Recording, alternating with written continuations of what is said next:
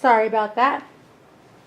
So I said that we got 108 plus 6 is going to give us 114. We divide that by 18, and we get 6 1/3, or basically 19/3. Okay, so 6 1/3, or the same thing as 19/3, as our answer for part B.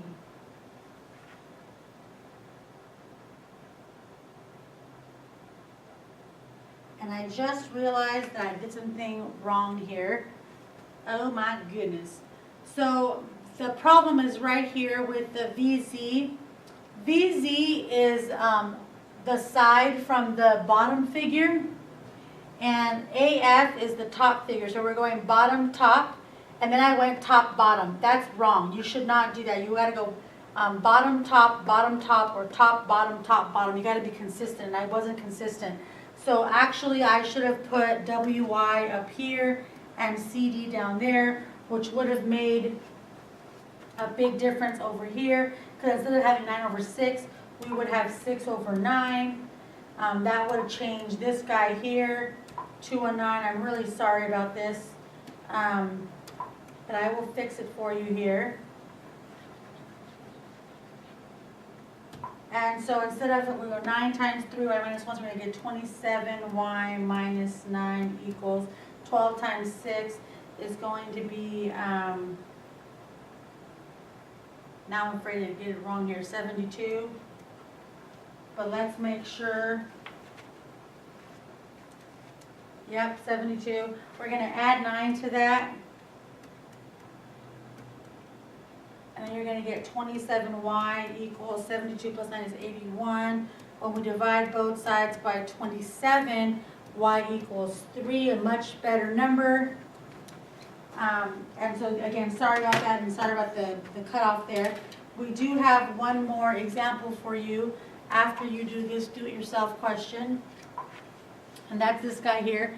It says if A, B, C, D, E is similar to P, Q, R, S, T, find the scale factor. And notice how it's telling you they want the scale factor of A, B, C, D, E to P, Q, R, S, T. So they want us to go from this figure to this figure, not the other way around. So they're specifically telling us how they want us to do that.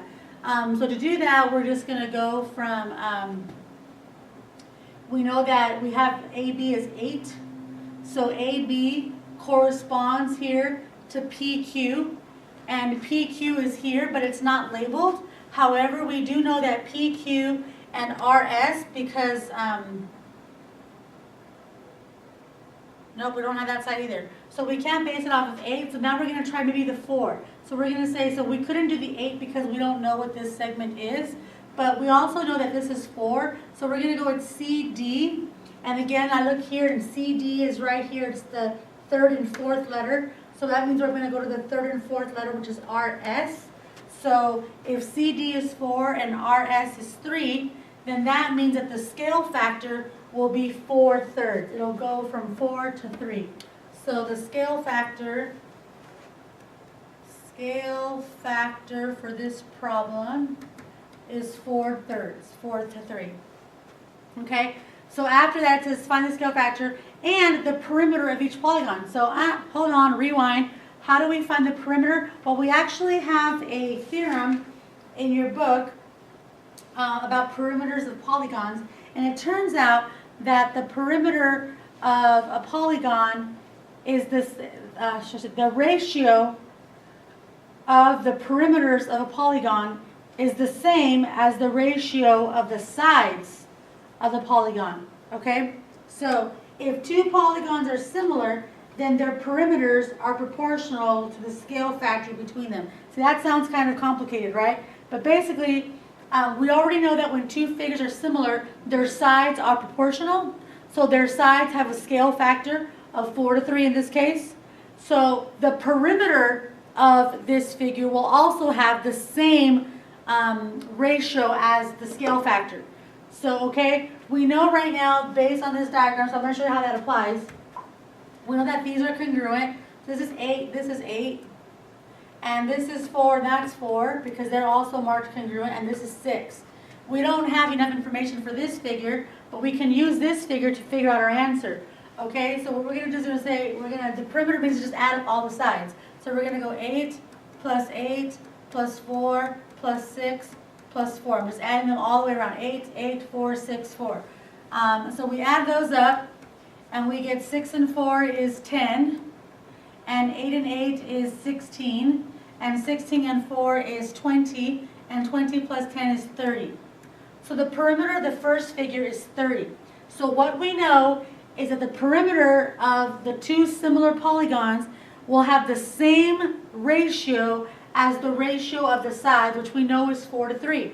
So we're going to say 4 is to 3 as 30 is to x, because we have the side of the first figure, the side of the second figure, the perimeter of the first figure versus the perimeter of the second figure, which we don't know. So that's why it's going to be called x. And then we just solve this proportion, and we get that 4x equals 90. Divide by 4, and x equals 22.5, I do believe. 90 divided by 4, yep, 22.5 is our x value. Is that what they wanted? Probably not. So the perimeter, blah, blah. Okay, so this perimeter is 22.5. So we know now that the perimeter of the second figure is 22.5, and that's what they wanted to know. So we've answered both parts of the question. We have our scale factor, 4/3, and the perimeter of each polygon. The first polygon's perimeter is 30. Second figure's perimeter is 22.5, and that is how the cookie crumbles. So you can try this little guy, and once you have completed this example, you have completed your notes for this lesson, and I will see you in class, and thank you for watching.